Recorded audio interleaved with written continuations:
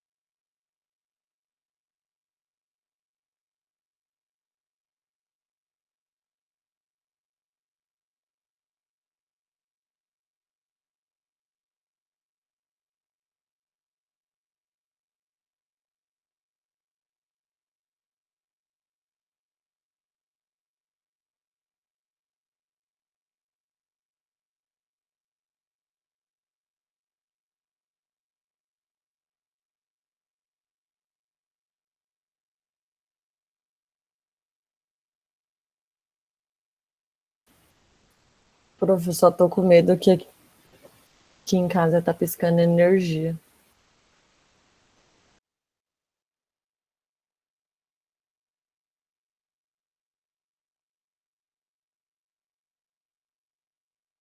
Sério, acabou de piscar.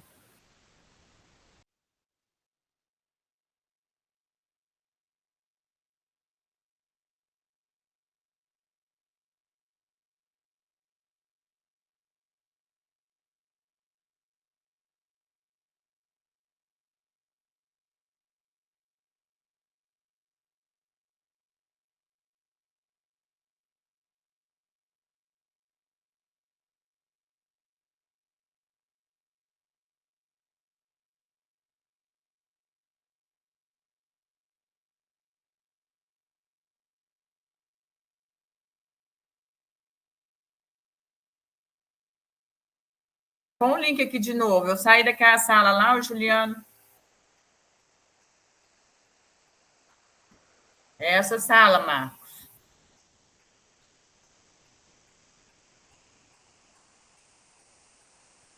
Eduarda? O Juliano tá na sala, professor. Oi, prof. Você tem que fazer uma conscientização de todo mundo para usar o e-mail institucional, porque agora o negócio tá feio.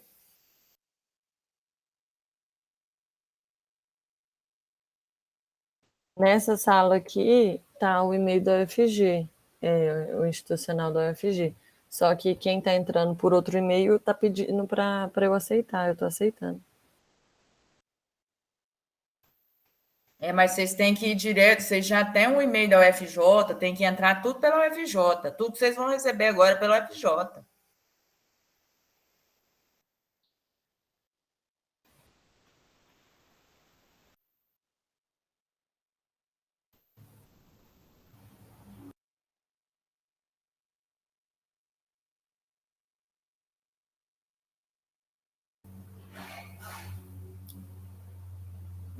Podemos iniciar?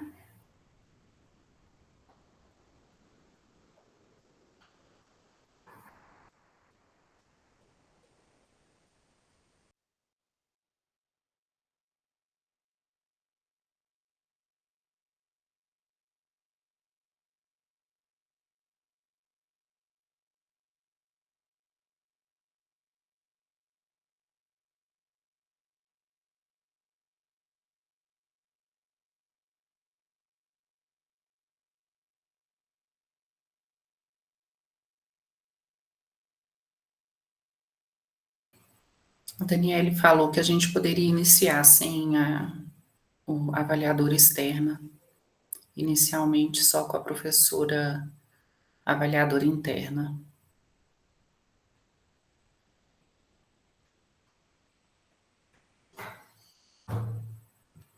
Então, sejam bem-vindos ao 6º Congresso de Ensino, Pesquisa e Extensão da Universidade Federal de Jataí, 6º CONEP 2021. Neste momento, damos início à apresentação dos relatórios finais do Programa de Iniciação Científica, Tecnológica e Inovação, bem como do Programa de Iniciação Científica das Licenciaturas do ciclo 2020 e 2021. Agradeço a todos pela presença e por prestigiarem o CONEP 2021. Informamos que todas as apresentações serão gravadas para fins de relatoria e postagem na página oficial deste evento. Se algum dos presentes não concordar com a gravação, peço que se manifeste por escrito para o e-mail prpi@ufj.edu.br, que não ligue sua câmera e que não mostre qualquer foto nessa sala que contenha sua imagem. Informamos que, em caso de queda de energia, sinal de internet ou qualquer outro evento que interrompa as apresentações e gravações, iniciaremos novamente a sala no modo de gravação, utilizando o mesmo link. A realização deste congresso não seria possível sem a colaboração da Ascom, do SET, dos intérpretes de Libras, dos acadêmicos aqui presentes, dos orientadores Rosângela Maria Rodrigues e Marcos Lázaro Morelli, e em especial os avaliadores professora Sandra Maria Alckmin e doutora Júlia Matzenberg dos Santos. Aos citados, nossos sinceros agradecimentos. Iniciaremos as apresentações com o trabalho da estudante Axa Franco Rodrigues, orientada pela professora Rosângela Maria Rodrigues. Informamos que você terá 10 minutos para sua apresentação e, ao final destes, serão concedidos 5 minutos para cada um dos avaliadores fazerem suas perguntas e considerações a respeito do trabalho apresentado. Então, Axa, você pode iniciar a sua apresentação.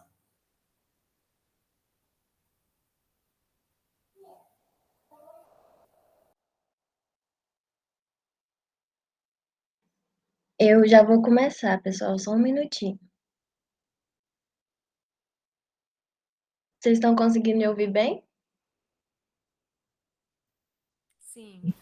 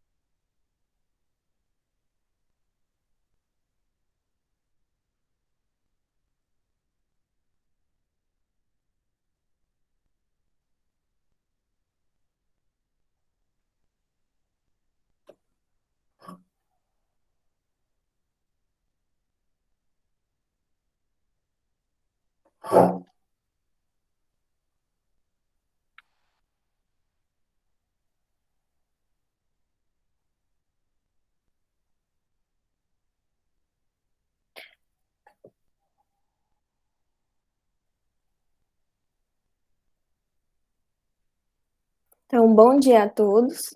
Meu nome é Axa Franco Rodrigues, vou apresentar o meu trabalho intitulado de Associação de Fatores de Risco e Infecção Causada pelo Protozoário Giardia lamblia em crianças usuárias de creches, uma revisão narrativa, sob orientação da professora doutora Rosângela Maria Rodrigues. A giardíase, ela é uma doença causada pelo protozoário Giardia lamblia, apresenta prevalência principalmente em países em desenvolvimento, onde as condições de saneamento básico são precárias. As crianças em idade pré-escolar e usuários de creches vão ser os mais afetados e, dependendo da intensidade da infecção, o desenvolvimento físico e cognitivo infantil pode ser prejudicado, porque o organismo, uma vez infectado, ele não será capaz de absorver os nutrientes normalmente, causando desnutrição e agravos à saúde. O principal fator de transmissão é a ingestão de água ou alimentos contaminados com cistos. A sintomatologia da giardíase apresenta um espectro clínico variável, que varia desde indivíduos assintomáticos a pacientes sintomáticos com diarreia aguda autolimitante ou diarreia persistente, culminando na má absorção e perda de peso, que na maioria das vezes não vai responder a um tratamento específico, mesmo em indivíduos imunocompetentes.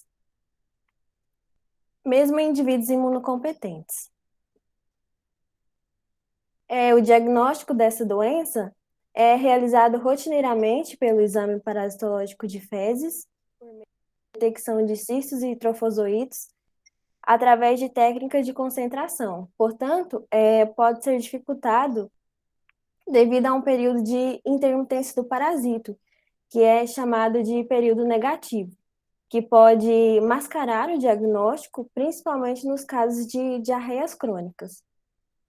Além do exame parasitológico tradicional, outras técnicas são utilizadas, como o diagnóstico imunológico e outros exames alternativos do fluido duodenal, e é realizada também a biópsia jejunal. Como a giardíase ela apresenta elevada incidência, principalmente na faixa etária infantil, ressalta-se a necessidade de realizar estudos de prevalência da doença em crianças, com o intuito de verificar quais são os fatores envolvidos na sua transmissão, podendo, assim, criar estratégias de controle dessa protozoose. Dessa forma, esse estudo teve como objetivo realizar uma revisão narrativa sobre os principais fatores de riscos envolvidos na transmissão da giardíase em crianças com idade de 0 a 6 anos usuárias de creches. Quanto à metodologia, trata-se de uma pesquisa de revisão narrativa, onde foram selecionados artigos das bases de dados PubMed, Cielo, Google Acadêmico, Web of Science e ScienceDirect, utilizando os seguintes escritores: Giardíase and Parasitological Diagnosis in Children and Risk Factors, publicados na série temporal de 2010 a 2021. Os critérios de inclusão para a seleção foram artigos de pesquisas que estavam de acordo com os objetivos do presente estudo, que foram pré-selecionados e obtidos na íntegra. Após a leitura e avaliação dos artigos, 125 foram selecionados para a síntese desse trabalho, que se enquadrava nos critérios de inclusão estabelecidos para a revisão, tais como temas relacionados a fatores de riscos envolvidos no processo de transmissão da giardíase em crianças com faixa etária de 0 a 6 anos. O texto ele deveria ser claro e objetivo nos idiomas inglês, português e espanhol. Os artigos que não se enquadraram nos critérios de inclusão foram excluídos. Foram encontrados um total de 12.738 publicações, sendo 12.300 no Google Acadêmico, 200 no ScienceDirect, 8 no PubMed, nenhum na base de dados Web of Science e 230 Perdão, pessoal, eu esqueci de passar o slide. Eu vou recomeçar. Foram encontrados um total de 12.738 publicações, sendo 12.300 no Google Acadêmico, 200 no Science Direct, 8 no PubMed, nenhum nas bases de dados Web of Science e 230 no Cielo. Analisando o título e resumo das publicações, segundo os critérios, 111 das 125 publicações não se relacionavam com o tema. Os 14 restantes, eles foram analisados na íntegra. Destes, apenas 10 estudos estavam de acordo com a temática proposta e foram escolhidos para compor o presente estudo. Revisando os artigos detalhadamente, é notável que os estudos sobre giardíase se concentram no sudeste e nordeste do país, havendo uma carência de pesquisas nas demais regiões que se enquadrassem nos requisitos. Referente à abordagem, é notório que vários estudos estão sendo trazidos no intuito de elucidar essas altas taxas de infecção, associando a isso as condições em que as famílias vivem. Outro fator apresentado pelos estudos analisados é a correlação da presença do parasito à diarreia. Os estudos representam uma relação entre a renda familiar, o saneamento ambiental, o contato interpessoal, animais domésticos, escolaridades responsáveis, hábitos de higiene pessoal e hábitos de higiene alimentar. Esses parâmetros são conectados às infecções parasitárias de crianças institucionalizadas em creches. Todos os estudos houve um alto índice de positividade nos exames coproparasitológicos associados às condições socioeconômicas precárias. Por exemplo, a falta de higiene e a permanência em ambientes coletivos.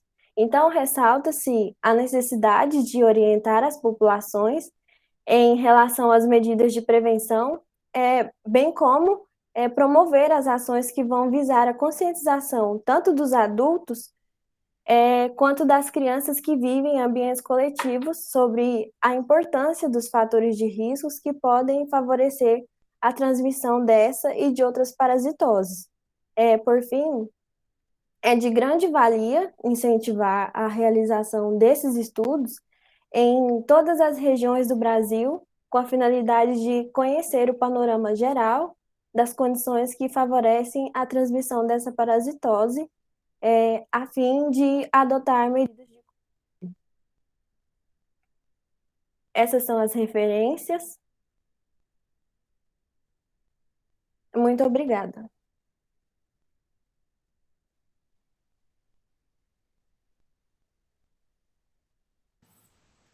Parabéns, Axia. Vou passar a palavra para a professora Sandra para dar suas considerações. Sandra, você tem 5 minutos, tá? Para as arguições. Obrigada, Cristiane. Primeiramente, gostaria de agradecer o convite, né, para avaliar os... Sandra, seu áudio está bem baixinho. Tá? Melhorou? Melhorou? Melhorou um pouquinho. Um pouquinho? É que eu estou pelo celular, ainda não consegui entrar no computador. Deixa eu só um minuto.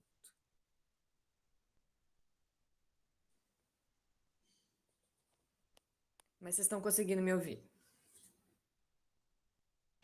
Você está conseguindo escutar, Axia? Tá bem baixinho? Tá bem baixinho. Não, então tá jóia. Não, primeiramente gostaria de agradecer, né, o convite. Deixa eu tirar. Agora melhorou o som? Melhorou. Melhorou? É que eu estava carregando. Não, primeiramente gostaria de agradecer, né, o convite para participar aqui da avaliação dessa sala. Eu gostaria de parabenizar a Axia pela apresentação, achei que ela falou de uma forma bem clara. Os slides eu achei que eles estavam bem organizados, né? Não tinha muito texto, ficou muito fácil, né, de acompanhar a sua apresentação, da forma como que você dispôs as informações, né, em todos os slides. Vi que você fez uma revisão, foi por causa da pandemia, né, que deve ter atrapalhado um pouquinho.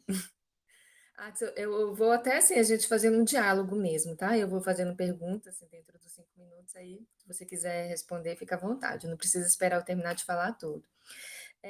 Eu gostei muito da introdução, acho que você apresentou bem, né, o tema, a importância das giardias, e a justificativa também foi bem fundamentada, uma doença muito comum, principalmente em crianças mesmos, e como você explicou, essa má absorção, quando ela é um quadro crônico, atrapalha bastante o desenvolvimento tanto cognitivo como físico das crianças, né? Então é importante esse diagnóstico e tratamento rápido, né, dessas crianças quando são diagnosticadas.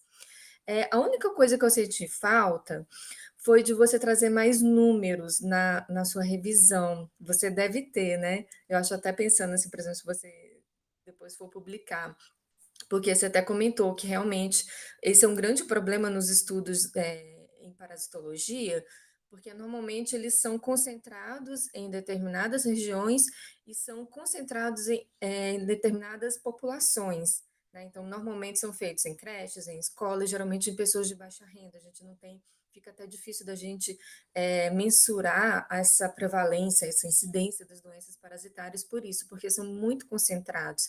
Mas eu senti um pouco de falta só de você colocar, por exemplo, tem slides que você fala que foram altos índices, mas qual que foi a média dos índices desses artigos, a porcentagem? Eu só senti falta um pouquinho de você colocar esses valores mesmo, que para a gente ter essa noção, né, do número de casos que foram diagnosticados nesses estudos que você avaliou, tá? Eu acho isso bem importante, assim, para dentro dos estudos de prevalência.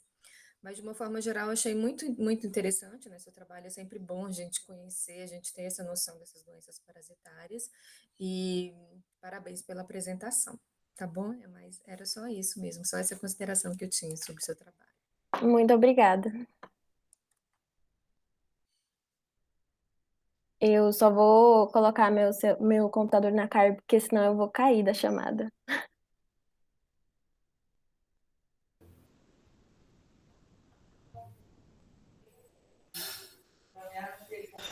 Obrigada, Axia. Obrigada, professora Sandra. Continuaremos, então, as apresentações com o trabalho da estudante Eduarda Fernandes Leal, orientada pela professora Rosângela Maria Rodrigues. Informamos, Eduarda, que você terá 10 minutos para sua apresentação e, ao final deste, serão concedidos 5 minutos para a avaliadora fazer as suas perguntas e considerações a respeito do trabalho apresentado. Pode iniciar. Certo. Obrigada.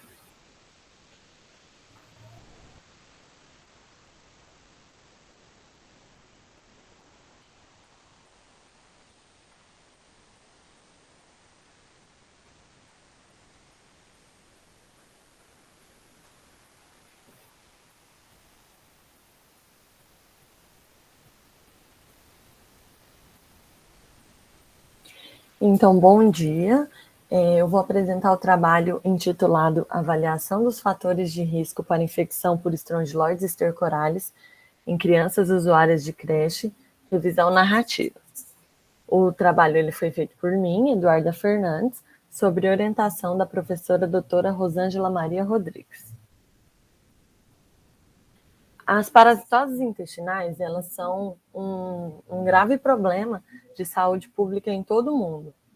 Elas são doenças causadas por protozoários ou eumintos, que em pelo menos uma das fases do seu ciclo evolutivo, eles se localizam no aparelho digestivo do homem. Só um minutinho, pessoal. Eu esqueci de ligar a câmera.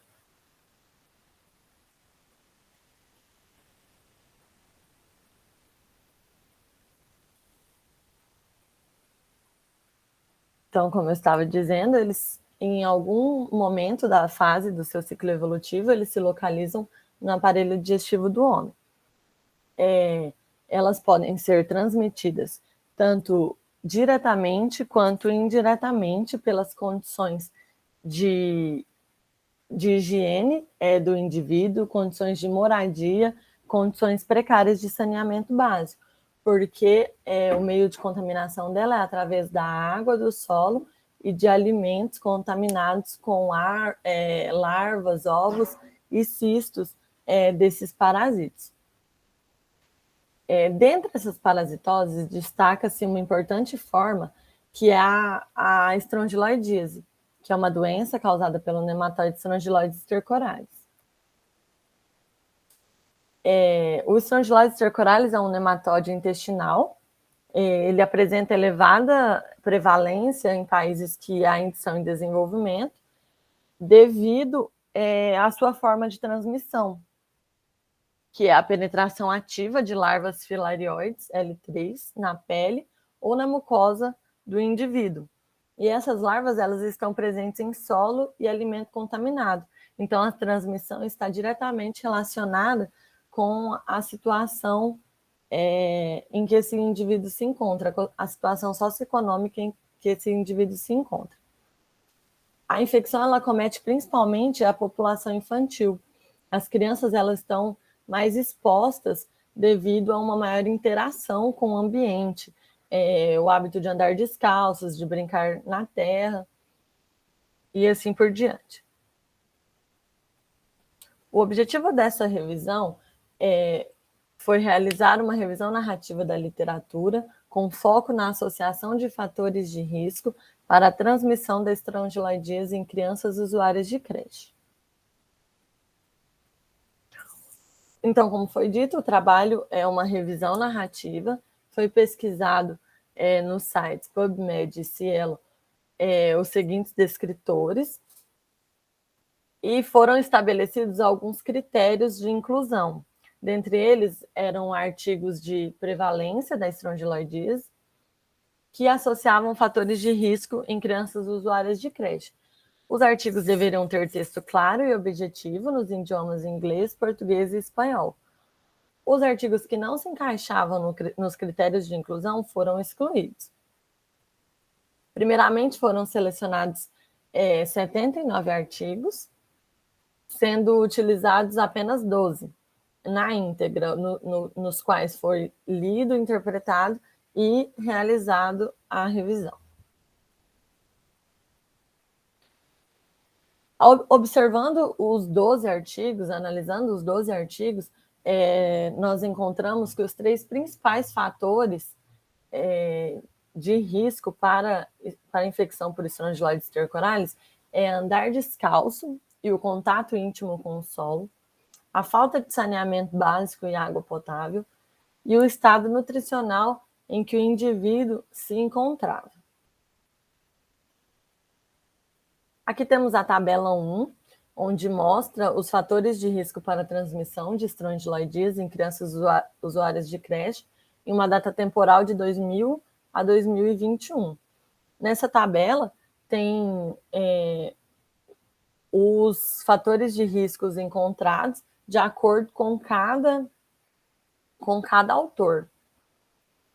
Por exemplo, o contato com o solo, por exemplo, dos fatores de risco, o contato com o solo, a resistência ao tratamento antiparasitário, a falta de saneamento básico, o baixo nível socioeconômico, ser morador da zona rural, exposição ao solo e pobres hábitos de higiene, população que mantinha contato íntimo com o solo, desnutrição, crianças que andavam descalças e condições climáticas, usar fontes não melhoradas de água potável e não usar sapatos, baixas condições socioeconômicas, falta de higiene e saneamento básico e o hábito de não usar calçados. Então, analisando todos os estudos, podemos perceber que todos eles demonstraram que as crianças que mantinham contato íntimo com o solo e não possuíam o hábito de usar sapatos estavam mais suscetíveis a contrair a infecção. Então, esse foi o principal fator de risco encontrado nessa revisão. Porém, outros fatores de risco também foram relatados. Por exemplo, os relacionados ao status socioeconômico da criança, que são hábitos de higiene, estado nutricional, Outros também não relacionados ao status socioeconômico foi as condições climáticas, ser do sexo masculino e a resistência ao tratamento com antiparasitários. Depois de analisar os fatores de risco, podemos concluir que, analisando os estudos, é possível afirmar que são vários os fatores de risco e a importância da descoberta deles para a adoção de medidas preventivas. Ressalta-se a necessidade de realizar mais estudos com ênfase nos fatores de risco responsáveis pela transmissão da estrongiloidise, principalmente neste grupo etário, os quais são mais vulneráveis para adquirir a infecção. Há uma necessidade de adoção de políticas públicas para melhorar as condições de vida da população, principalmente as de baixo nível socioeconômico. Essas foram as referências utilizadas e obrigada.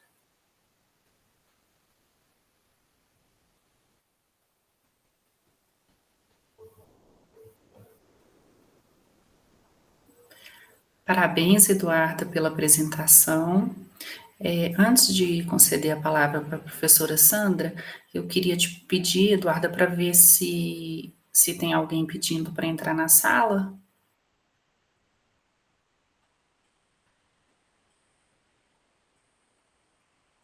Prof, não. Não? Só se apareceu enquanto eu estava apresentando e já sumiu, mas não tem não agora. Tá bom. Professora Sandra, te concedo a palavra para fazer as considerações. Estão me ouvindo bem ou não? Sim? Sim? Oi, Eduarda, bom dia. Primeiro gostaria de parabenizar, né, pela apresentação. Eu fui pontuando algumas coisas aqui, também gostei, achei que você apresentou de uma forma bem linear, bem clara, né? Os slides não estavam cheios, estavam bem fáceis de acompanhar também nessa parte. O único apontamento que eu tenho, está muito baixo, Rosângela? Está muito baixo, Sandra. E eu acho que depois vai ter o intérprete de Libras, é capaz de dificultar a interpretação. Eu vou... Espera só um momento. Melhorou ou não? Melhorou um pouco. Um pouco.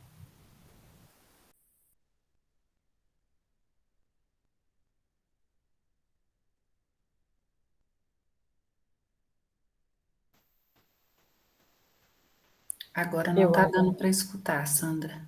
Acho que está desligado. Sim.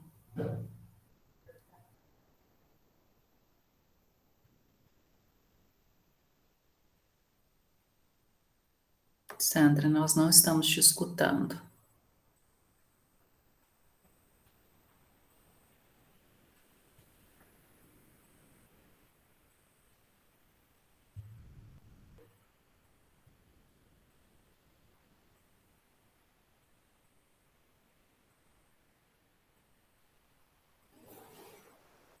O microfone está ligado? Acho que seu microfone está desligado. Sim, agora. Estão me ouvindo? Pode falar. Tá. Bom, dentro da apresentação, a única coisa que eu pontuei foi com relação à apresentação dos resultados que você colocou na forma de tabela, né? A tabela, como ela ficou muito grande, não deu para a gente visualizar bem todos os resultados. Aí a minha sugestão é que, assim, normalmente tabela é muito bom, principalmente quando você, na parte escrita, né, do seu trabalho. Então, que lá na tabela tem todos os resultados que você conseguiu.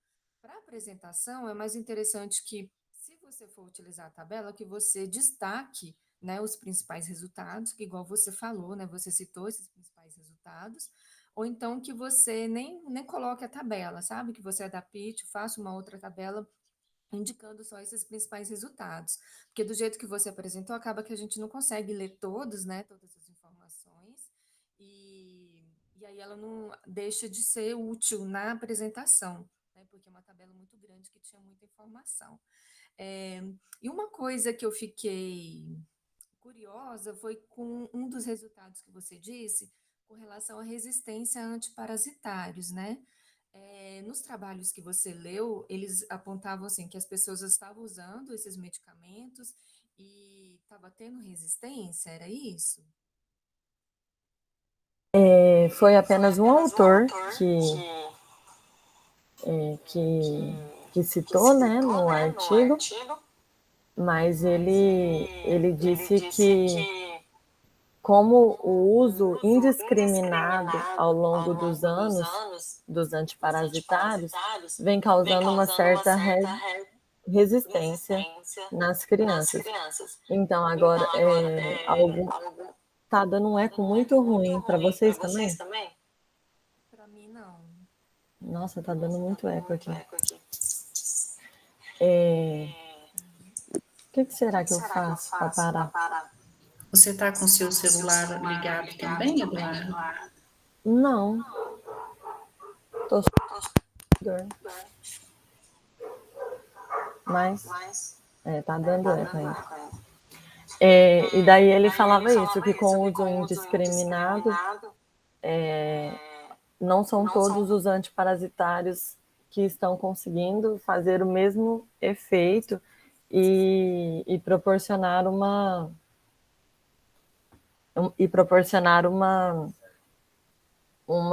bom tratamento, né?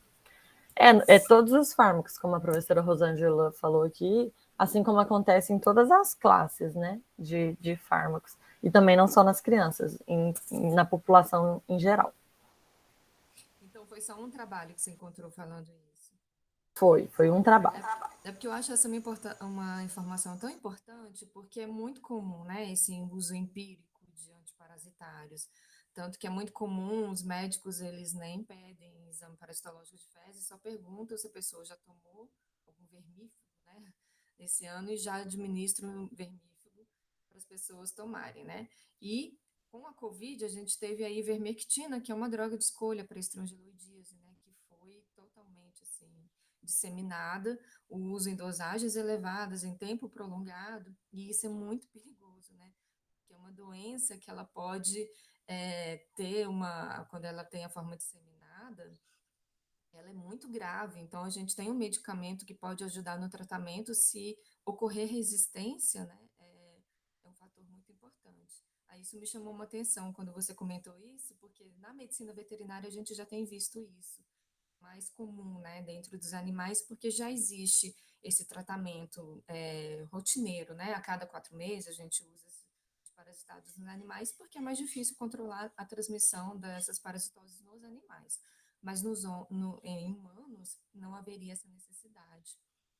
Mas é isso, Eduardo. Eu gostei muito. Eu acho que é sempre importante a gente destacar, trazer estrondilodíase, uma doença bem menos conhecida até que a giardíase, né, que se apresentou. E é uma doença muito importante, que ela pode trazer um quadro muito grave quando ocorre essa disseminação.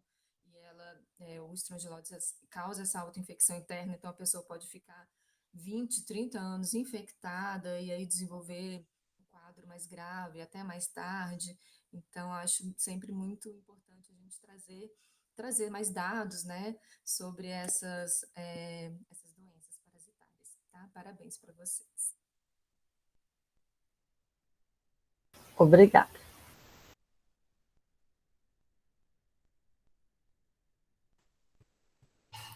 Obrigada, Sandra, pelas considerações. Nós vamos dar continuidade às apresentações com o trabalho do estudante Juliano César Marques Guilherme, orientado pela professora Rosângela Maria Rodrigues. Informamos, Juliano, que você terá 10 minutos para a apresentação e, ao final destes, serão concebidos 5 minutos para o avaliador, né, para a avaliadora, fazer as perguntas e considerações a respeito do trabalho apresentado.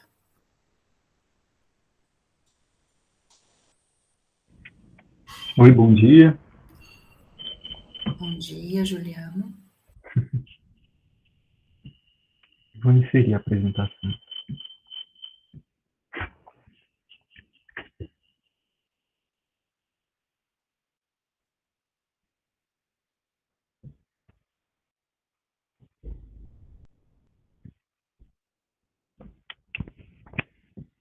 Vocês estão me ouvindo bem? Tá tudo certo? Tudo certo. Então eu vou iniciar, tá? Então, bom dia. Meu nome é Juliana. E meu trabalho tem como título Estudo da relação de anemia e enteroparasitose em crianças usuárias de creches, uma revisão narrativa, sob a orientação da professora doutora Rosângela Maria Rodrigues. Bom, as enteroparasitoses constituem um importante problema de saúde pública, principalmente em países em desenvolvimento. Isso porque essas populações, né, muitas vezes vivem em condições precárias de vida, onde há falta de saneamento básico, falta de moradia adequada e nível socioeconômico baixo, né? Então, as enteroparasitoses podem causar quadros clínicos variados, como diarreia, anemia, disfunções gastrointestinais, desnutrição e, dependendo do grau de infecção, pode causar retardo no desenvolvimento físico e cognitivo de algumas crianças. Bom, então, as enteroparasitoses constituem protozoários e eumintos, que podem ser transmitidos através, né, da ingestão de água ou alimentos contaminados por ovos e larvas de eumintos, cistos e oocistos de protozoários, ou também pela penetração de larvas infectantes que estão presentes no solo. Bom, então as crianças de idade pré-escolar são o grupo mais acometido por essas enteroparasitoses, uma vez que elas estão em constante contato físico, possuem poucas noções de higiene e também apresentam imunidade imatura. Além de que, né, dentro de uma creche, elas estão em um ambiente de aglomeração, o que aumenta as chances de contaminação por parasitas. Seixas e colaboradores, em 2011, observaram que a prevalência de parasitose infantil varia de 10,7% a 89%. Bom, quanto à anemia, nós podemos dizer que ela é uma condição em que a hemoglobina aparece abaixo do valor de referência. Então, isso leva a observar uma deficiência, isso nos leva a observar uma deficiência de nutrientes essenciais, como ferro, vitaminas, folato, zinco. Então, vale ressaltar que a carência de ferro é a causa mais comum de anemia, representando 90% das anemias. Isso de acordo com a Organização Mundial da Saúde. Vale lembrar, né, que a anemia também pode ser causada por doenças hereditárias adquiridas e também inflamação aguda ou crônica, né, assim como pelas parasitoses intestinais. Então, as parasitoses intestinais podem estar associadas ao desenvolvimento da anemia, uma vez que esses parasitas podem causar inflamações crônicas, gerando perda sanguínea e má absorção de nutrientes. Então, as anemias carenciais são problemas nutricionais graves, né? Então, a partir disso, tem-se a importância desse trabalho, né? Uma vez que o estudo dessa relação entre anemia e enteroparasitose vai gerar dados, né, para conscientizar a população, né, tanto pais, professores, alunos, e também fornecer subsídios para a criação de medidas de controle. Bom, então, quanto aos objetivos, o objetivo desse trabalho é realizar uma revisão narrativa sobre a relação entre anemia e enteroparasitose em crianças usuárias de creche, com idade entre 0 e 6 anos. Então, nós realizamos uma revisão narrativa, né, de modo a sintetizar os dados, o conhecimento sobre a relação entre anemia e enteroparasitose. A busca por artigos foi feita, né, nas bases de dados PubMed, Cielo e Bireme. Nós utilizamos os descritores anemia, children, intestinal parasitose e prevalence. Então, foi feita uma pesquisa avançada, nós utilizamos esses descritores combinados com o operador AND. Critérios de inclusão. Então, nós incluímos artigos com o texto disponível na íntegra, gratuitamente, recorte de tempo entre 2011 e 2021, e artigos com idioma em português, inglês ou espanhol. Foram excluídos artigos de revisão, tese ou dissertação, relatos de experiência e artigos duplicados. Então, a partir disso, os artigos foram lidos pelo título e resumo, de modo a filtrar, né, o material condizente com o assunto do trabalho. E artigos com indícios de concordância com esse estudo foram lidos na íntegra, de modo a selecionar, né, quais seriam usados. Então, resultados. Então, a partir da busca por artigos, nós identificamos 513 artigos nas 3 bases de dados. A partir do uso dos critérios de inclusão, nós chegamos a 140 artigos elegíveis. E, por fim, após a filtragem, né, nós utilizamos 10 artigos ao fim. Então, após a leitura desses artigos selecionados, esses 10, 4 deles nós observamos a associação estatisticamente significativa entre parasitose intestinal e anemia, sendo estudos de Assandre e colaboradores, Hossain e colaboradores, Bekir e colaboradores, Janin e colaboradores. Então, no estudo realizado por Assandre e colaboradores, né, nós observamos a associação entre eumintos transmitidos pelo solo e anemia, em todas as faixas etárias estudadas, né? Além disso, foi observado também que esses eumintos estavam associados ao retardo no crescimento dessas crianças. E a família, né, dessas crianças estavam em ambientes com ausência de infraestrutura adequada para destinar as fezes e era um ambiente onde ocorriam inundações frequentes. Então, isso pode estar relacionado ao aumento do contato com os enteroparasitas. Hossain e colaboradores observaram forte associação entre infecção por Ascaris lumbricoides e anemia, por deficiência de ferro, entre crianças de 24 meses. Vale ressaltar, né, que o Ascaris lumbricoides se nutre por ação esfoliadora, então ele vai causar uma diminuição de ferro e proteínas do hospedeiro, que pode resultar em uma anemia. Bekir e colaboradores observaram associação entre anemia e parasitose intestinal entre crianças africanas do Lago Chad. Além disso, né, eles viram também que crianças desnutridas estavam mais propensas a serem anêmicas, sendo o parasito Immunolepis nana associado significativamente ao quadro de desnutrição. Então, Immunolepis nana foi o mais frequente em crianças com faixa etária entre 24 e 36 meses. Janin e colaboradores observaram que tanto a deficiência de ferro quanto infecções parasitárias estavam associadas significativamente à ocorrência de anemia. E observaram também que o protozoário Giardia lamblia e comensal Entamoeba coli foram os mais frequentes, o que pode estar relacionado ao desenvolvimento da anemia.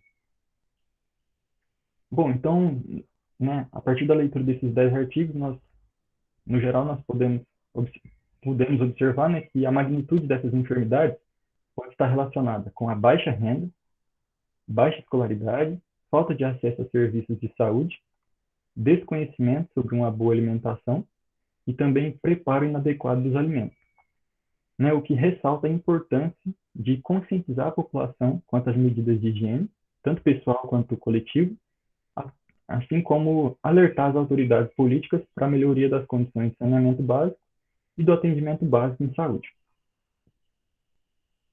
Então, portanto, né, concluindo, né, esse trabalho demonstrou a importância que esses enteroparasitas têm para a saúde pública, principalmente entre crianças.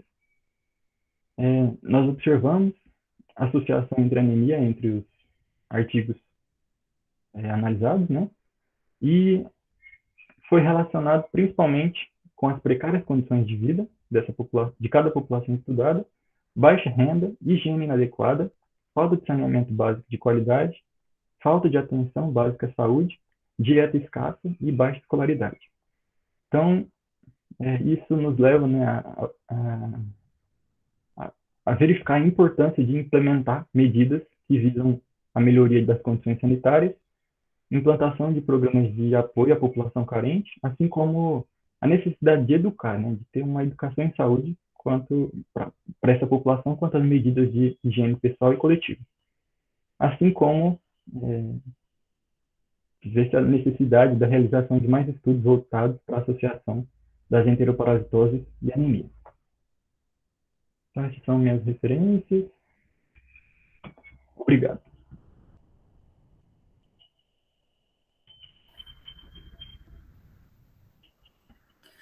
Parabéns, Juliano, pela apresentação. Vou conceder a palavra para a professora Sandra, para que possa dar as suas considerações. Eu vou tentar entrar aqui no computador rapidinho, tá? Acho que vai dar certo. Só um momento.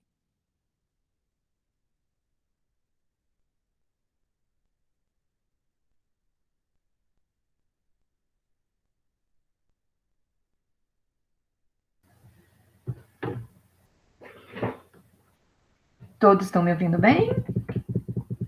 Agora sim, Sandra. Eu consegui, não sei. Hoje está tudo danado, né, gente? Meu computador também não estava querendo abrir o Chrome, não sei porquê, mas agora deu certo, fica bem melhor. Bom, Juliano, parabéns pela apresentação também. Também gostei muito da organização dos slides. A gente sempre, às vezes, quando tem essas apresentações de Conep, é muito comum a gente ver, às vezes, os slides com texto, muito cheio, e aí fica uma coisa cansativa, né? Uma apresentação ruim, mas todas as apresentações até agora, né, foram bem caprichosas na hora de preparar os slides e conseguiram deixar de uma forma bem clara e gostosa mesmo da gente acompanhar. Então, parabéns pela apresentação. Mas eu gostei, é muito importante, né, esse tema dentro da parasitologia, essa questão, a anemia, é um dos sintomas, né, associados com essas parasitoses. Ele, normalmente, esse sintoma é muito associado, principalmente, com a ancilostomíase, né, que é conhecida mais popularmente como amarelão. Então, nessa doença, como a gente tem um parasita que é hematófago, esse sintoma, normalmente, ele é mais presente, mais comum. Mas é muito importante a gente falar na anemia para essas outras parasitoses também, né? Como você citou ali na sua introdução, o próprio processo inflamatório acaba gerando perdas sanguíneas e também a questão nutricional, né? Uma pessoa que está parasitada, principalmente uma parasitose crônica, um quadro crônico, ela vai ter problema ali na absorção desses nutrientes e isso pode levar à anemia. E em crianças é um sintoma, né, que pode causar muito dano. Então, muito importante a gente falar. Eu só fiquei com uma dúvida na hora que você foi apresentando. Inicialmente, eu não lembro se você falou nos seus critérios de inclusão dos artigos, se ia ser artigo só do Brasil. Acho que não, né? Tinha essa informação? Não, a gente pegou no geral mesmo. Tanto tem Uhum. artigo também do Lago Chad, lá da África, né, que a gente incluiu. Isso. É porque aí quando eu vi esse artigo que era da África, então todos os outros eram do Brasil. Foi só aquele que era da África, ou não? Tinha do Brasil também e de outros países. Tanto tem do Uruguai, de Bangladesh, mas do Brasil tinha também. A Tinha. gente não separou assim, mas E acabou que ficou pouco, né? A gente vai peneirando, você vê que é um tema que precisa ser mais estudado, né? No primeiro artigo que você apresentou, eu esqueci de anotar o nome do autor, mas foi o primeiro, que ele fez essa associação entre eumintos e a anemia. Ele citou algum dos eumintos ou ele falou de uma forma geral?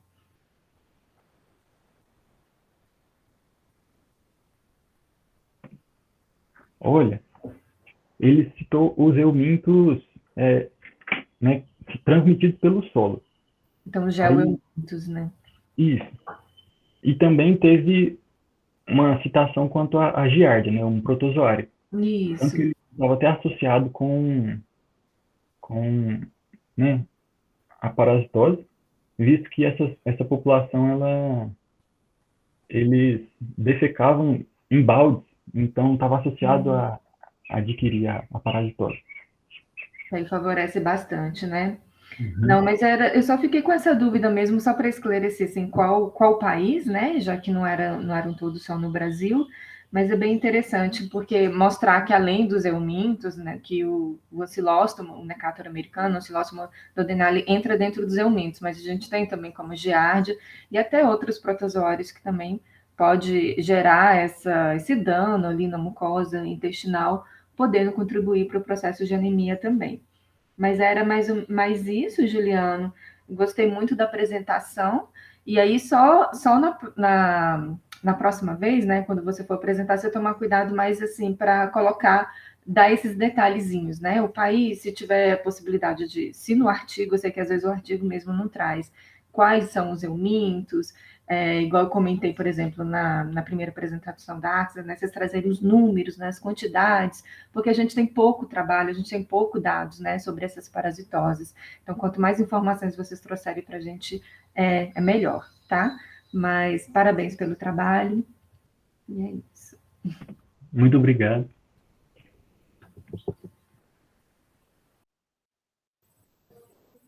Obrigada, Sandra, pela colaboração. Vamos dar continuidade. Só um minuto.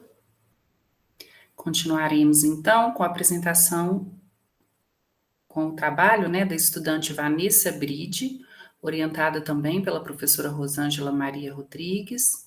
Informamos, Vanessa, que você tem 10 minutos para a apresentação e, ao final deste, serão concebidos 5 minutos, né, para a avaliadora fazer as suas perguntas e considerações a respeito do trabalho apresentado. Bom dia, vou apresentar aqui.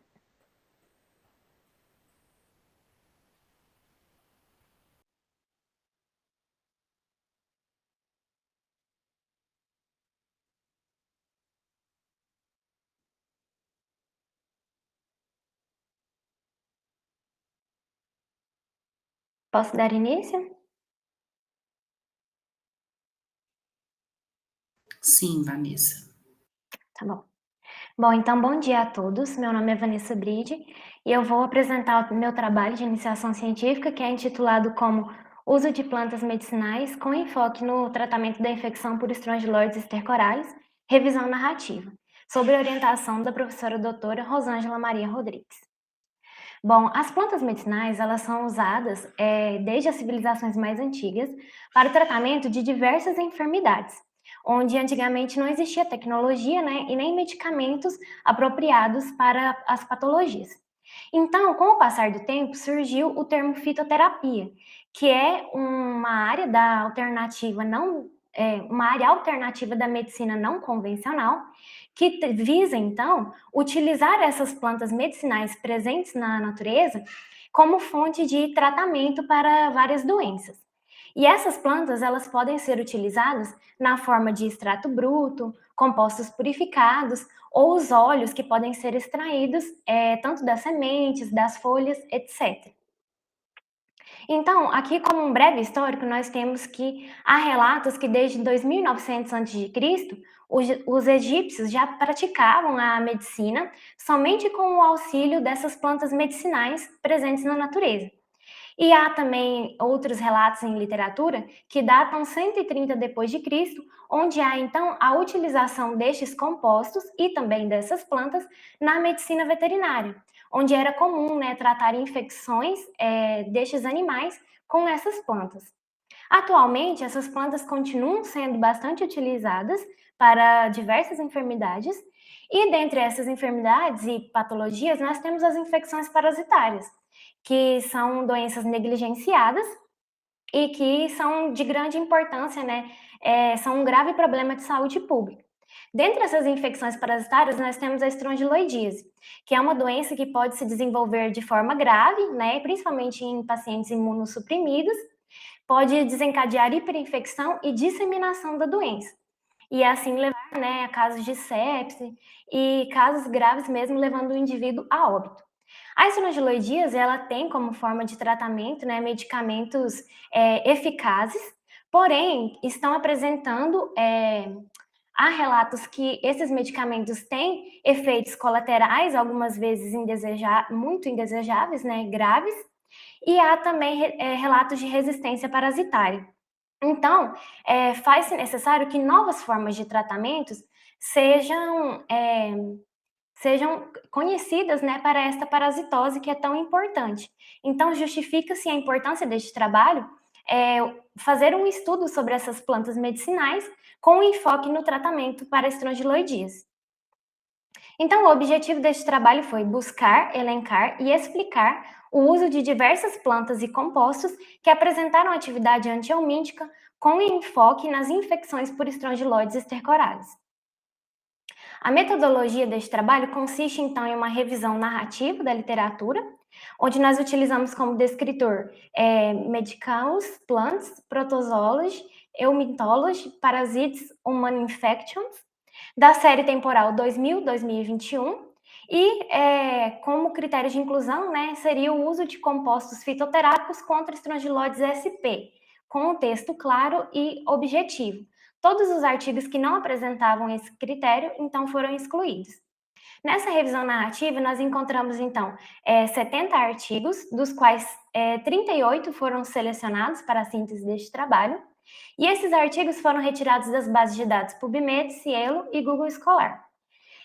Dentre esses artigos, nós tivemos, então, 4 em língua espanhola, 15 em língua inglesa e 19 em língua portuguesa. Como resultados, nós tivemos, então, 2 tabelas com o nome das plantas, né? Como a gente pode observar aqui, temos o nome da espécie, o nome popular que a planta é conhecida, o produto dessa planta, a atividade que ela trouxe sobre o euminto e a referência, né, de onde foi tirado essa informação. Então, nessa tabela 1, nós trouxemos de forma geral, para eumintos em geral, as plantas, né, que tiveram potenciais contra estes eumintos. Então, nós temos o alho, mamão-papaya, romã, sementes de abóbora, o tomilho. Quanto ao produto, nós temos vários tipos, né? Temos a maceração hidroalcoólica, extrato aquoso, as sementes, extrato alcoólico da casca e da casca seca, o farelo, farinha de sementes, o óleo essencial. E quanto à atividade, nós temos a redução do número de ovos, redução do número de vermes adultos e também, e principalmente, né, redução do número de larvas. Aqui nós temos a continuação da tabela 1, né, das eumitíases em geral, com mais plantas, né, como gengibre, pimenta longa, mangueira, mastruço, arruda, mil-folhas, alecrim-pimenta, hortelã-pimenta, hortelã, acácia negra, cajuzinho do cerrado, capim-santo e capim-açu. Já nessa tabela 2, então, nós buscamos elencar todas as plantas e os seus compostos, né, que tiveram a ação, então, contra estrongiloides spp, ou seja, contra as diversas espécies, né, de estrongiloides. Então, nós encontramos artigos que traziam como as plantas chicória, erige marítimo, acoco, raiz artral do Senegal, balãozinho, 11 horas, cipó chumbo, picão preto, entaúba, rivina, dormideira, abóbora amarela, mamona, erva de Santa Maria ou mastruço. Nós tivemos também como produto, né, a utilização de extrato bruto, óleo essencial, o farelo e a farinha das sementes, extrato aquoso e hidroalcoólico e também a planta seca. E todos eles tiveram ação principalmente também na morte larval. Aqui a continuação da tabela 2, né, com mais frutas, né, com mais plantas, perdão. Aqui nós temos a fruta do conde, babosa, barba de cabra, chirreta, tamarindo, pau amargo, carpineira, arruda, caimito, cajá, ingamirim, guabiju, murici, abricó da praia, grumichama e mamão-papaya e negramínea. Bom, então, como discussão, nós sabemos que a estrongiloidíase ela é uma doença mundialmente distribuída e que acomete principalmente países que estão ainda em desenvolvimento, onde as condições socioeconômicas são precárias. Estima-se que 30 a 100 milhões de pessoas em todo o mundo estejam infectadas com este parasita e que a taxa de prevalência pode chegar até 50% em áreas endêmicas. E o tratamento, ele consiste principalmente na classe dos benzimidazólicos, né, aqui representado pelo tiabendazol, e da lactona macrocíclica, que é a ivermectina, sendo estes dois, então, os mais utilizados para o tratamento da estrongiloidíase. Porém, eles têm apresentado, né, alguns efeitos colaterais indesejáveis e até relatos de resistência da ivermectina na medicina veterinária, como já foi citado anteriormente. Então, as plantas que nós encontramos, elas possuem alguns compostos importantes, que são os alcaloides, peróxidos, saponinas, flavonoides, chalconas, quinones, terpenos, esteróis, cumarinos, taninos, fluorocinóis, peróxidos, curcumina, e dentre esses outros. Na literatura, nós encontramos que as saponinas e os taninos são os que mais apresentam ações, né, antiparasitárias, anti-estrongiloides. Todos estes compostos, eles advêm também do metabolismo secundário dessas plantas, né, que vão ajudar ela na proteção contra os insetos que vão agredir, e eles possuem essa ação, né, antiparasitária. Então, como que esses compostos eles agem? Eles vão ter ações diretas sobre o metabolismo parasitário, provocando, então, desregulação da pressão hidrostática e morte do parasito, ou através do corte do aporte nutricional deste parasito, ou através na alterações na estrutura hipodérmica dessas larvas, favorecendo então a presença de vesículos no seu citoplasma e causando a morte dessa larva. Nas atividades contra estrongiloides SP, nós temos diferentes mecanismos, né, que foram estudados nestes estudos. Então, foi observada redução na contagem de ovos por grama de fezes, inibição da eclosão, inibição do desenvolvimento larval, da alimentação larval, da motilidade das larvas e da sobrevivência e redução da carga parasitária. No entanto, esses resultados ainda são incipientes, pois há a necessidade da realização de estudos mais aprofundados, onde tem-se, então, os estudos em vivo e os estudos de toxicidade dessas plantas, pois muitos destes estudos trouxeram apenas a pesquisa básica, né? Se essa planta tinha ou não ação antiparasitária. E é necessário, então, que haja boa identificação fitoquímica da planta, bem como análise da sua qualidade. E como conclusão, foi possível observar então que há uma série de fatores que trazem a necessidade de mais estudos para a descoberta de novos agentes anti-estrongiloides, demonstrando que há uma infinidade de compostos a serem testados e há grande potencial dessas plantas medicinais. Essas foram as referências, algumas das referências utilizadas, e muito obrigada.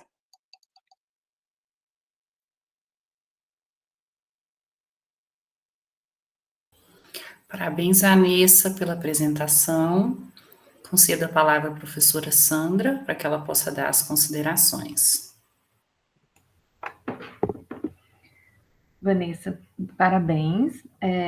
Gostei muito da sua apresentação. Gente, eu liguei a câmera que meu computador está demorando um pouquinho, daqui a pouco eu apareço. Achei que você apresentou de uma forma bem segura, né? Os slides também estavam bons, com a distribuição do texto. E é um tema muito interessante, né? Essa da fitoterapia. A gente estava até comentando, né, anteriormente, eu estava comentando sobre essa questão do tratamento, e a professora Rosângela até comentou que a gente tem, apesar de ter, por exemplo, albendazol, mebendazol, que são drogas antiparasitárias, de amplo espectro de ação, mais bem toleradas, mas para algumas parasitoses, principalmente algumas manifestações clínicas, a gente precisa de drogas, digamos assim, que com dosagens mais elevadas, com tempo de tratamento mais prolongado, como a ivermectina, e aí a gente pode ver efeitos colaterais. Então, é sempre muito importante essa pesquisa por novos fármacos, né, nessa área da parasitologia. Eu gostei da sua apresentação. Com relação à tabela, eu tenho o mesmo comentário, né, que eu tinha comentado, acho que foi na apresentação da Eduarda. A primeira tabela que você colocou até que ficou bem, deu para a gente acompanhar a sua leitura. Eu entendi por que você colocou, né? Você queria mostrar todos esses compostos que foram descritos na revisão, só que nas outras tabelas aí já não deu para a gente ler, né? Tinha muita informação e estava bem pequeno o texto. Então, a minha sugestão é que quando tivessem, vocês têm muitos dados, né, muitas informações, isso cabe no texto escrito, né? A gente precisa de ler, igual se eu estiver avaliando, lendo o seu texto, é bom ver esses resultados todos numa tabela. Mas para a apresentação, tenta fazer uma adaptação, talvez retirar só os compostos que você vai falar, os principais compostos, né, que foram utilizados. E eu ia até te fazer a pergunta, né, que quando você foi me mostrando os seus resultados, aí foram vários, né, compostos, e aí a minha pergunta era, qual desses compostos, se nesses artigos que você pesquisou, se eles mostraram qual que era o mais eficaz, ou normalmente que era mais utilizado. E aí você comentou comigo que foi das saponinas e taninos, né? Que foi. Acho que ela saiu, gente. Caiu, sim, Caiu, Sandra. né? Esperar um Vamos pouco. aguardar só um minutinho. E minha câmera não quis ligar, não sei por quê.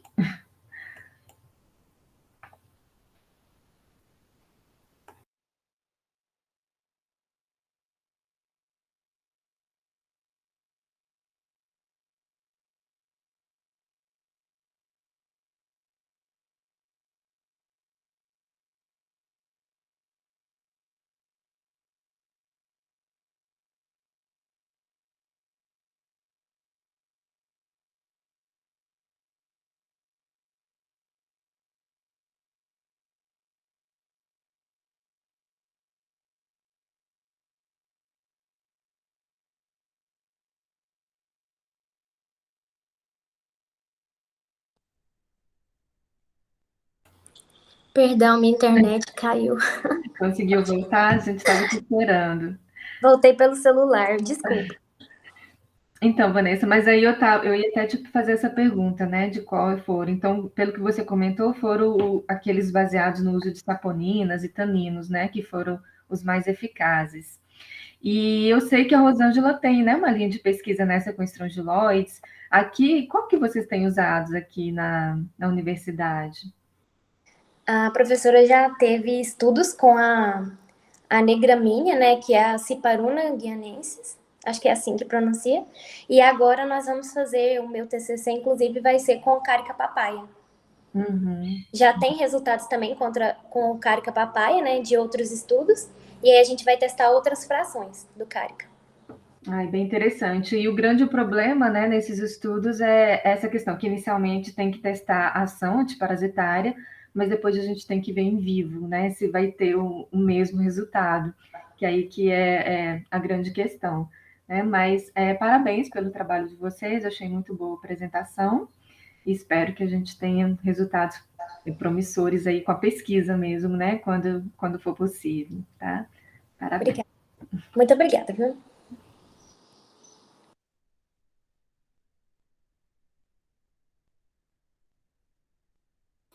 Obrigada, Sandra, pelas contribuições. Nós daremos continuidade às apresentações com o trabalho do estudante Vinícius de Oliveira Fraga, orientado pelo professor Marco Lázaro Morelli. Informamos que você, Vinícius, tem 10 minutos para a apresentação e, ao final deste, serão concebidos 5 minutos para a avaliadora fazer suas perguntas e considerações a respeito do trabalho. Pode dar início, Vinícius.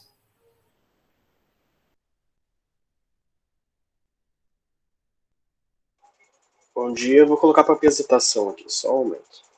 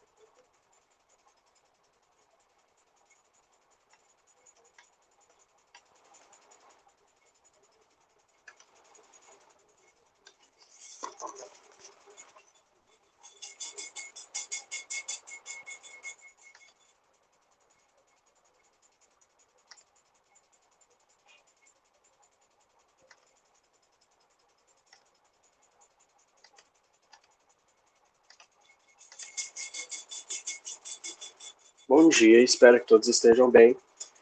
Meu nome é Vinícius de Oliveira Fraga. Eita, só um momento, esqueci de ligar a câmera. Prontinho. Acho que já estou aparecendo.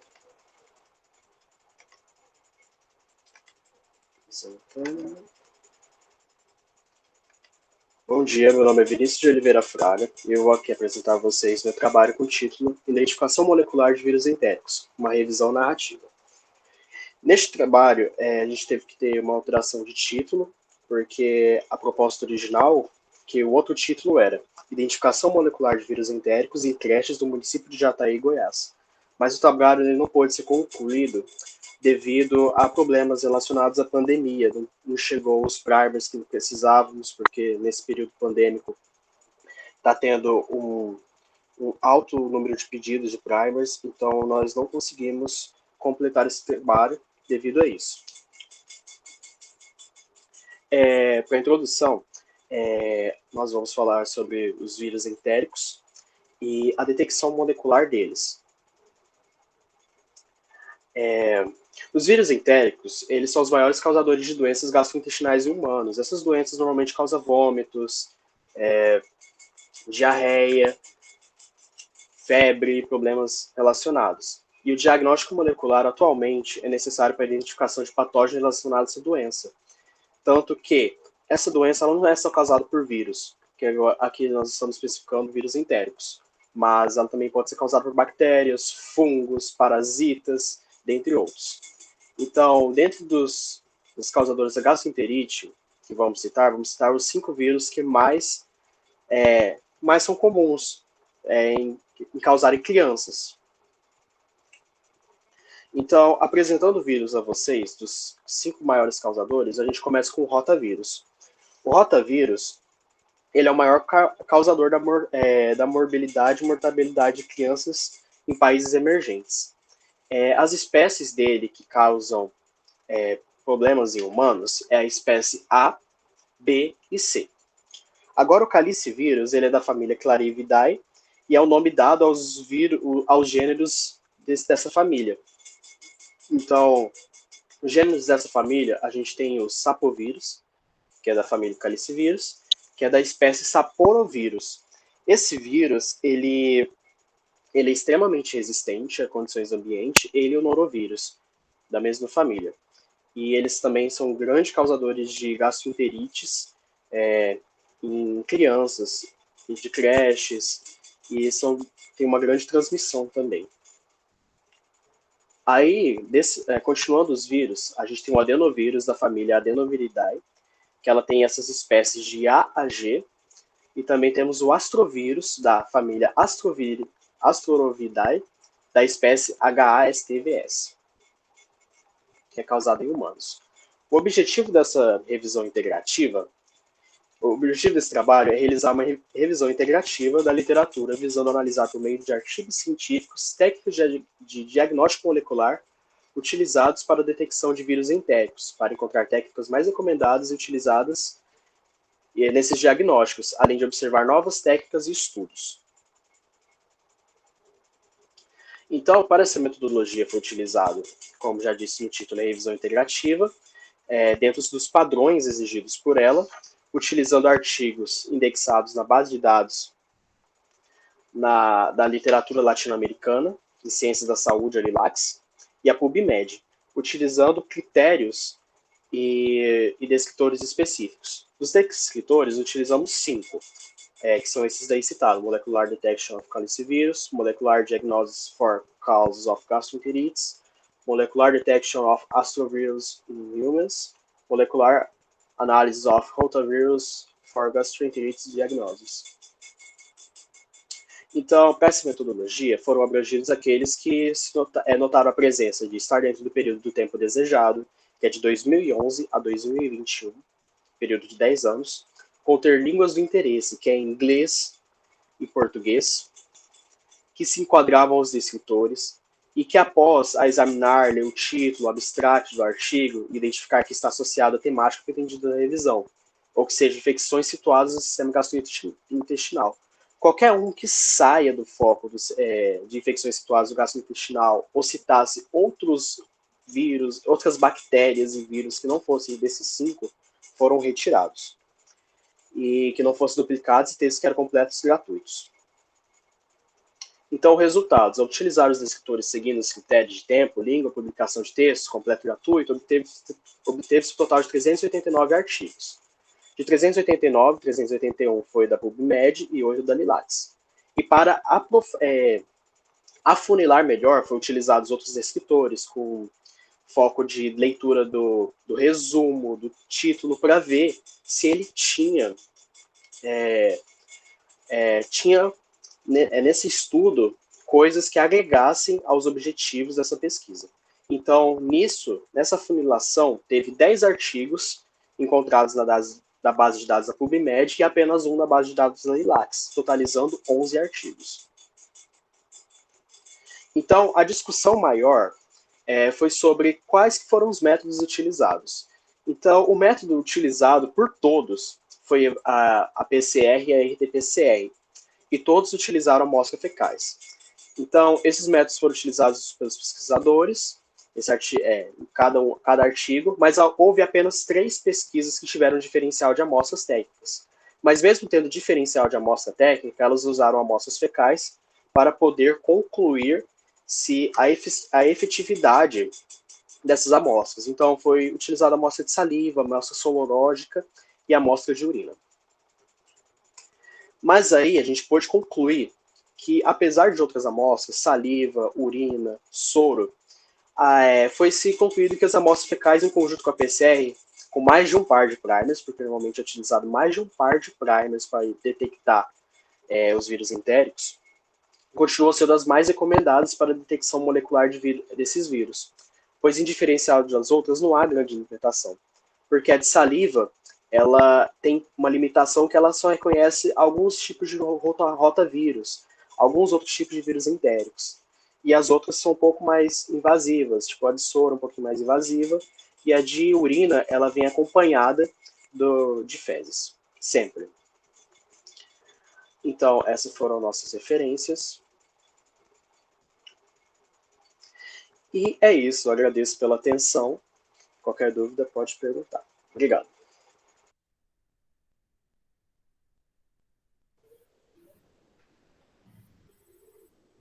Parabéns, Vinícius, pela apresentação. Conceder a palavra para a professora Sandra, para que ela possa dar as suas contribuições. Bom dia, Vinícius. Minha câmera daqui a pouco liga, tá, gente? Também gostaria de, primeiramente, parabenizar pela apresentação. Gostei muito, achei que você apresentou de uma forma segura também. Os slides também estavam com informações bem distribuídas, estavam até bem organizados, né? Até bonitos os slides, então apresentação pelo capricho, né? Para apresentação. Eu fiquei com acho que um tema muito interessante, né? Essa questão do diagnóstico de uma forma geral dessas doenças, né, causadas aí por vírus, né, principalmente essas viroses intestinais que são bastante prevalentes, né, bem comuns em crianças também. Hoje em dia a gente está falando bastante, né, dessas infecções que acometem crianças. E você, dentro dos seus resultados, você viu que foi principalmente a técnica do PCR e RT-PCR, né? Além dessa técnica de biologia molecular, teve alguma técnica que os artigos citam? Ou foi principalmente essas mesmo, né? Então, na seleção dos artigos, foi notado... Rapidão, acho que tá.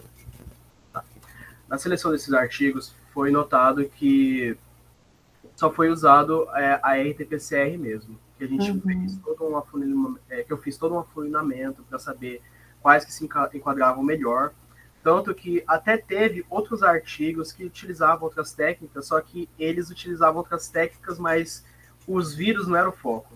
Tinha outras técnicas relacionadas a bactérias, a fungos, e não acrescentava. Acabava que o foco do trabalho ficava como ponto assim em segundo plano, então tanto que nem foi usado. Então, dos 11 artigos selecionados, todos utilizaram a RT-PCR, todos utilizaram amostras de fezes, mesmo tendo amostras diferentes, como saliva, urina e soro.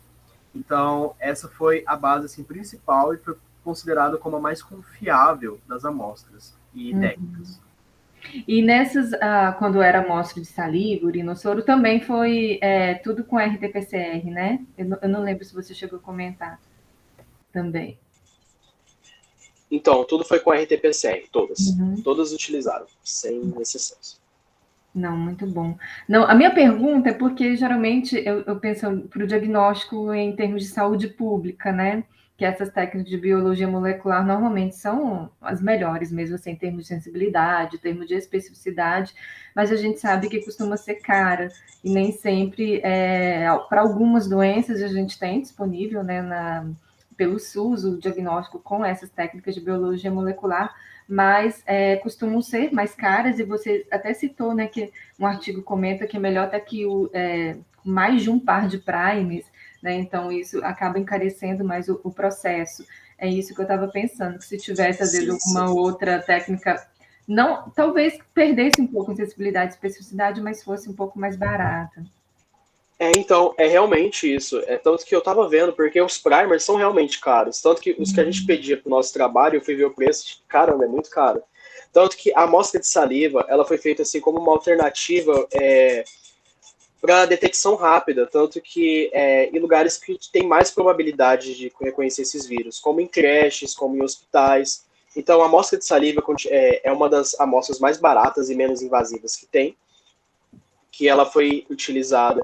De fato, utiliza a RT-PCR também, mas eles estão fazendo os estudos para aprimorar isso, para poder ser usado em lugares com mais pessoas, mais acesso a pessoas, para ter essa detecção mais rápida e evitar o contágio, né, em ambientes escolares, de creches. Então, é uma técnica barata, mas ela não pega tantos vírus ainda, infelizmente. Mas ainda é como uma alternativa de prevenção. Sim. Não, mas era só isso, era só essas dúvidas que eu tinha ficado. Um trabalho bastante interessante, sempre muito bom a gente conhecer, né, essas formas de diagnóstico e tentar, às vezes, até melhorar e pensar em todas essas variáveis, né, não só na sensibilidade e especificidade, mas na praticidade, no custo, né, e até nessas questões também, como você citou, até o risco, né, de contágio, né, esses vírus eles são transmitidos, estão presentes ali nas fezes. Então, por exemplo, essas outras amostras seria interessante também se conseguisse um resultado tão bom quanto o que a gente já tem, né, utilizando fezes. Mas é isso, parabéns pelo trabalho, muito interessante, e que vocês continuem com essa linha de pesquisa, né, agora com essa pandemia, se Deus quiser, acabando, né, vamos torcer. É isso. Vamos torcer. Muito obrigado.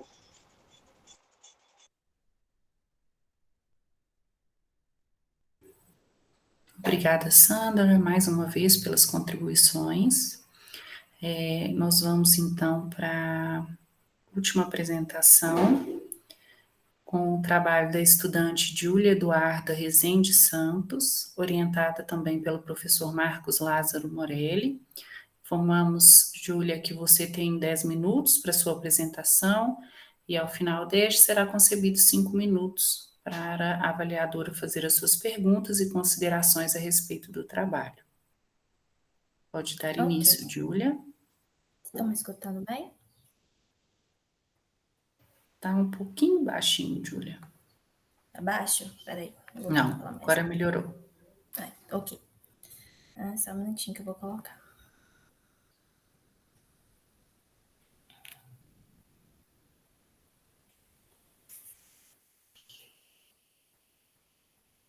Estão vendo certinho?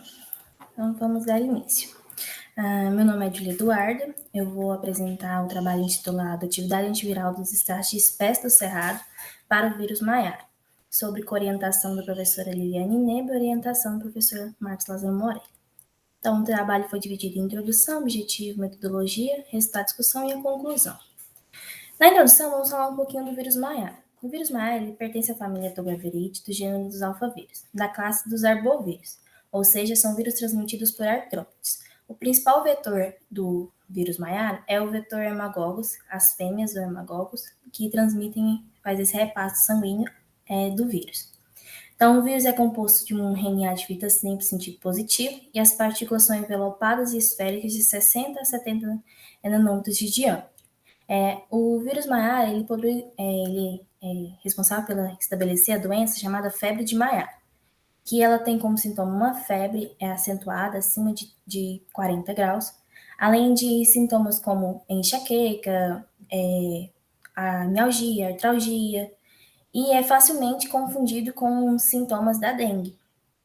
Então, o diagnóstico é clínico e não existe tratamento, nem antiviral e nem um tratamento específico para o vírus Maiara.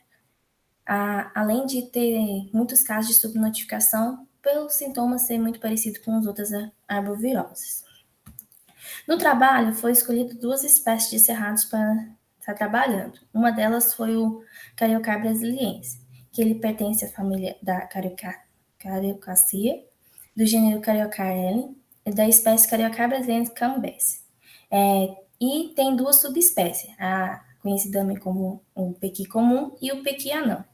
É uma espécie típica da região do Cerrado, mas encontrada também no Centro-Oeste, região do Mato Grossense, Goiás e Minas. É conhecido popularmente conhecido como piquizeiro, piqui ou pequi. Outra planta que foi escolhida foi a Ciparuna guianiense. Ela pertence à família da Ciparunaceae. Ele é um arbusto ereto ou uma arvoreda de 3 a 5 metros, não muito grande, com folhas simples e alongadas e elípticas. É conhecida popularmente também como negramina, capitu, folhas santa ou limão bravo. A negraminina já é utilizada na medicina popular por conter propriedades anti-inflamatórias. Também é utilizada como inseticidas e utilizada para banho de assento e infecção de garganta ou uma coisa relacionada à gripe viral. Então, o objetivo do trabalho é avaliar a atividade antiviral dos extratos do C. brasiliense e da S. guianense contra o vírus maiário, além dos objetivos específicos de avaliar a citotoxicidade dos extratos em células vero, a avaliar o tempo de exposição da concentração máxima dos extratos que apresentam citotoxicidade, a avaliar a capacidade de inibição viral e avaliar a concentração mínima em que esses extratos apresentam uma inibição viral. Então, a metodologia. Primeiramente, foi realizada a realização dos extratos vegetais a partir de folhas que foram secas e feitos os extratos em 2 frações, a fração bruta e a fração acetato. Também foi realizada a amplificação do vírus, utilizando o vírus maiário amplificado em célula 736 e também em célula vero. Após foi feita a replicação desse vírus, que foi replicado em célula vero, e fez a determinação da citotoxicidade do extrato. Depois dessa avaliação da citotoxicidade, foi realizada a análise dessa porcentagem de inibição viral e também a avaliação da atividade virucida. Então, como que foi feita essa realização? Foi colocado o inóculo com as células em banho-maria e depois ele foi transferido para a placa de 96 poços. Essa placa foi incubada e somente com o extrato e as células para fazer essa toxicidade e depois foi incubada com o vírus. Foi colocado em agitação e depois foi feita a leitura a partir do uso de overlay. E assim a gente faz a realização da contagem de plaques. Então, temos com resultados aqui um gráfico mostrando o resultado da citotoxicidade do extrato. Aqui nós podemos analisar que na fração acetato, na fração extrato bruto e acetato de 24 horas, a gente considera a viabilidade celular abaixo de a inviabilidade celular abaixo de 80%. Então, aqui na fração extrato bruto, na fração acetato de 24 horas, não teve nenhuma concentração nenhum resultado que obteve essa concentração. Na fração extrato bruto de 48 horas, teve 3 resultados. Na concentração de 62,5% microgramas por ml, na concentração de 31,25 e na de 15,62,5 microgramas por ml. Além de na fração acetato de 48, que era no caso 96 horas, ficou errado. 96 horas que apresentaram na concentração de 250 e na de 125 e na de 62,5. Sendo controle negativo foi de 2,28 em 24 horas, 1,35 em 48 e 0,80 em 96 horas. No caso do extrato da S-guianense, tivemos uma concentração abaixo de 80% na fração extrato bruto em 24 horas, na concentração de 1.000 mg por decilitro, e na fração acetato em 24 horas, na concentração de 1.000 microgramas por ml e na concentração de 500 microgramas por ml. Além de também teve uma baixa na concentração de 1.000 microlitros na fração de 96 horas no extrato bruto e baixa também da viabilidade na fração de acetato, de 1.000 microgramas por ml. Em relação à inibição viral, foi mostrado que nas concentrações de 400 microgramas por ml, houve 100% de inibição viral de todos os extratos, tanto na brasiliense quanto na guianense, e na fração extrato bruto e acetato. Aqui outro gráfico para mostrar melhor. Então, aqui tivemos 100% de inibição viral nas frações de 400 microgramas por ml, em todos as frações de extrato que foram testadas, além de também na fração de 200 microgramas por ml na fração acetato do C. brasiliense e na fração acetato da C. guineense e no extrato bruto também da S. guineense. Então, concluímos que o extrato da ciparona e do C. brasiliense não apresentaram citotoxicidade relativa, sendo que também apresentaram inibição viral relativamente alta contra o vírus maior, apresentando ser um antiviral em potência. Também pode induzir a futuras pesquisas, né? No caso dessa elaboração para a realização de qual componente está presente no extrato, que está realizando essa atividade antiviral, além também da realização da PCR em tempo real para ver essa presença dessa inibição viral. Então, meu agradecimento ao Conselho Tecnológico de Desenvolvimento Científico, CNPq, e ao Laboratório de Biologia LabVIR. Aqui estão algumas referências. Muito obrigada.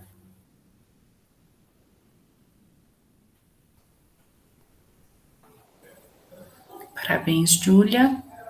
Vou passar a palavra à professora Sandra para que ela possa dar as considerações. Bom dia, Júlia. Bom dia. Parabéns pelo trabalho, pela apresentação. Também gostei da disposição das informações nos slides, ficou de uma forma muito clara também. Trabalho também bastante interessante, né? A gente tem muito problema com tratamento para doenças virais, pouquíssimas doenças a gente tem um remédio específico, né? Na maioria das vezes o que acontece é que tem que ser tratado apenas os sintomas, porque a gente não tem um tratamento que consiga agir ali sobre os vírus. Então, todas essas pesquisas nessa área são muito, muito importantes. Gosto muito dessas pesquisas mostrando a importância do piqui, né? Aqui você também trabalhou com a negramina, a gente viu que a professora Rosângela também utiliza ela até para o estrongiloides, né? Um euminto. E aqui a gente vendo também que ela pode ter, né, um potencial de ação até contra vírus também, tá? Gostei muito como estava comentando com relação aos slides, só na hora da apresentação do gráfico, eu acho que seus gráficos ficaram bem bonitos, ficou bem fácil da gente observar, né, os resultados, só que eu acho que, só uma sugestão, tá? Uma dica até para próximas apresentações, se você for apresentar. Na hora que você for apresentar gráfico, seria interessante você for utilizando o mouse, né, para mostrar para a gente onde que estava, o que você estava falando. Só que fica muito bom quando você coloca setas, você coloca animações, aí você vai colocando caixinhas de texto, por exemplo, para chamando a atenção, colocando algumas setas.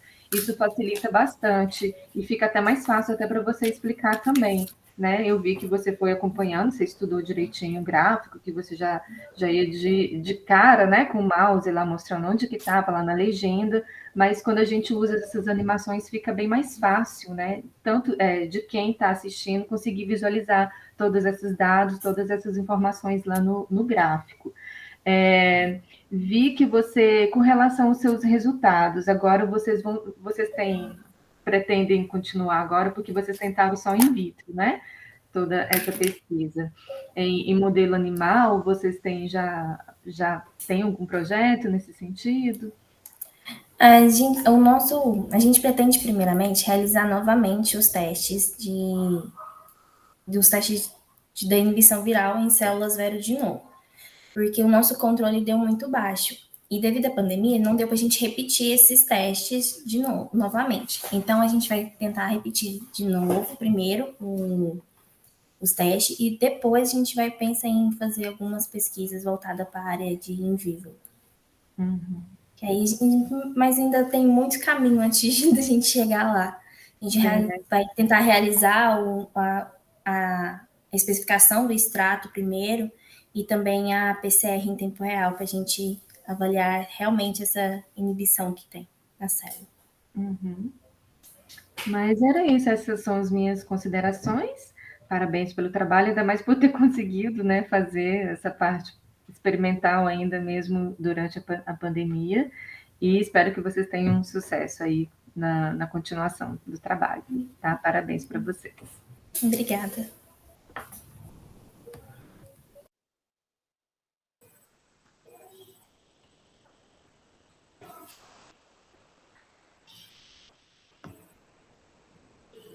Esta foi a nossa última apresentação, né, dessa sala. Gostaria de novamente agradecer aos presentes, aos acadêmicos, aos orientadores, especialmente à avaliadora, a professora Sandra Maria Alckmin, que dispôs do seu tempo e fez excelentes considerações. Certamente, né, a sua contribuição ajudará muito, tanto o estudante quanto o seu orientador a melhorar cada vez mais os seus trabalhos. E sem mais a tratar, declaro encerrada esta sala e peço a todos que, por favor, encerrem a sua participação na sala para que a gente possa encerrá-la, né? Encerrar a sala. Agradeço mais uma vez a todos.